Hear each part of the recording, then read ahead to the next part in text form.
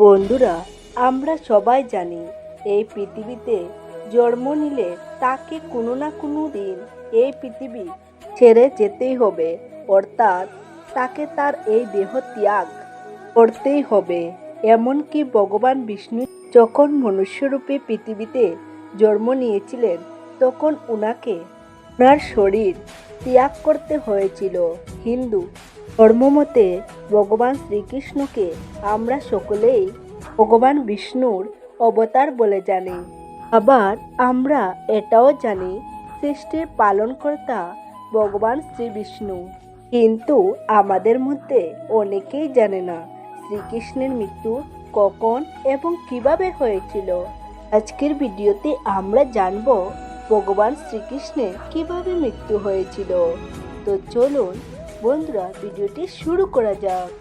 তারপর যুগে ভগবান শ্রীকৃষ্ণ ভগবান বিষ্ণুর অষ্টম অবতারে অবতীর্ণ হন। ভগবান শ্রীকৃষ্ণের বাল্যকাল কাটে নন্দ মহারাজের কুকুলে। বড় হয়ে শ্রীকৃষ্ণ দ্বারিকায় চলে আসে এবং দ্বারিকা নগরের রাজা হন। ভগবান শ্রীকৃষ্ণের সাথে দাদা বলরামও ছিলেন। আমরা প্রত্যেকেই জানি বিধির বিধান কেউ খণ্ডাতে পারে না, আর তিনি বিধাতা হয়েও বিধির লিখন পাল্টাতে পারেনি। তাই তিনি ভগবান বিষ্ণুর অবতার নেওয়া সত্ত্বেও ভগবান শ্রীকৃষ্ণকে মৃত্যুর স্বাদ গ্রহণ করতে হয়েছিল। এই ঘটনাটি ঘটেছিল মহাভারতের সময়ে, যখন দুর্যোধন সহ দুর্যোধনের 100 ভাইকে পাণ্ডবরা পরাজিত করে নিহত করেছিলেন। তখন দুর্যোধনের মা গান্ধারী যুদ্ধক্ষেত্রে অর্থাৎ কুরুক্ষেত্রের ময়দানে এসে উত্তারণের সুখে কাঁদতে কাঁদতে উন্মাদ হয়ে উঠলেন। গান্ধারী তার শত সন্তান হারানোর জন্য ভগবান শ্রীকৃষ্ণকে দায়ী করলেন, কারণ শ্রীকৃষ্ণ যদি চাইতেন তাহলে তিনি মহাভারতের যুদ্ধ বন্ধ করতে পারতেন, কিন্তু তিনি তা করেননি। আমরা তো সবাই জানি পাপ করলে পাপের শাস্তি পেতেই হবে। আর দুর্যোধন সহ দুর্যোধনের সমস্ত ভাইয়েরা অর্থাৎ কৌরবরা ছিল দুরাচারী, পাপী এবং অধর্মী। তাই ভগবান শ্রীকৃষ্ণ অর্জুনের রথের সারথি হয়ে কুরুক্ষেত্রের মাটিতে অধর্মীদের বিনাশ করে পৃথিবীতে ধর্মের প্রতিষ্ঠা করেছিলেন। যুদ্ধ সমাপ্ত হবার পর যখন ধর্মরাজ যুধিষ্ঠির রাজ্য অভিষেক হয়, তখন মাতা গান্ধারী রাজসভায় উপস্থিত হয়ে শত সন্তান হারানোর যন্ত্রণা সহ্য করতে না পেরে ভগবান শ্রীকৃষ্ণকে অভিশাপ দেন। ঠিক যেমন করে আমার কৌরব বংশ ধ্বংস হয়েছে, আজ থেকে 34 বছর পর তোমার 56 কোটি যদুবংশ ধ্বংস হবে। এরপর মা গান্ধারী যখন রাগ কমে, তখন তিনি ভগবান শ্রীকৃষ্ণের কাছে ক্ষমা চান। তখন শ্রীকৃষ্ণ মা গান্ধারীকে বললেন, এটা তো কর্মের ফল, সংসারে যে যেমন কর্ম করবে সে তেমন ফল ভোগ করবে।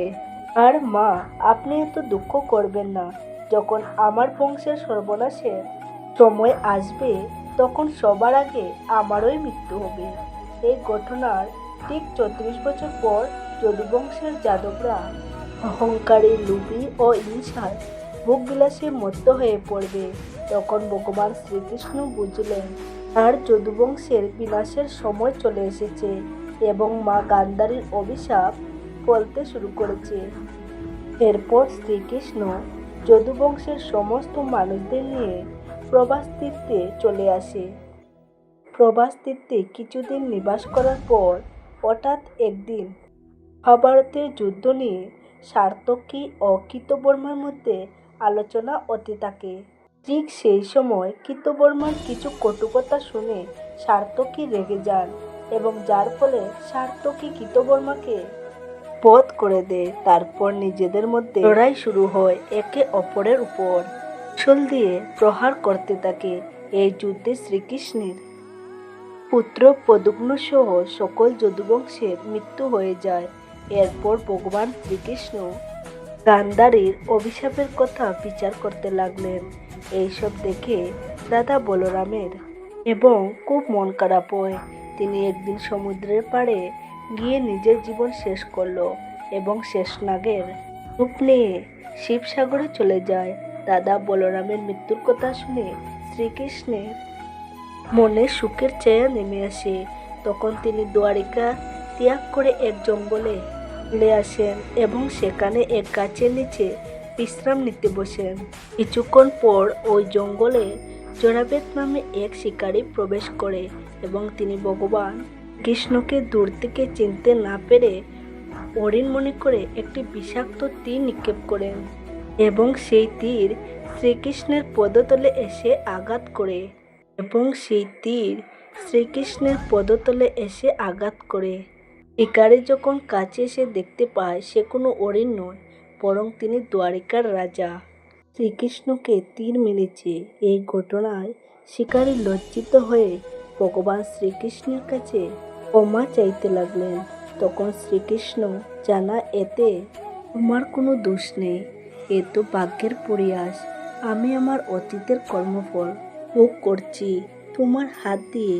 আগের জন্মে তুমি ছিলে বানররাজ বালি আর আমি অযোধ্যার রাজা রামচন্দ্র রূপে জন্মগ্রহণ করেছিলাম। আমি লুকিয়ে পেছন থেকে তীর মেরে তোমায় হত্যা করেছিলাম। সেই পাপের শাস্তি আমাকে এ জন্মে ভোগ করতে হলো। অর্থাৎ কর্মফল সবাইকেই ভোগ করতে হয়। তাই আমাদের সকলের উচিত সঠিক কর্ম করা এবং সত্যের পথে চলা। এইভাবেই ভগবান শ্রীকৃষ্ণ তার দেহ ত্যাগ করে বৈকুণ্ঠ ধামে ফিরে যায়। প্রিয় দর্শক, আশা করছি ভিডিওটি আপনাদের সকলের ভালো লেগেছে। যদি ভালো লেগে থাকে তাহলে অবশ্যই একটি লাইক করবেন, আপনজনদের সাথে শেয়ার করে দেবেন। ভালো থাকবেন, সুস্থ থাকবেন।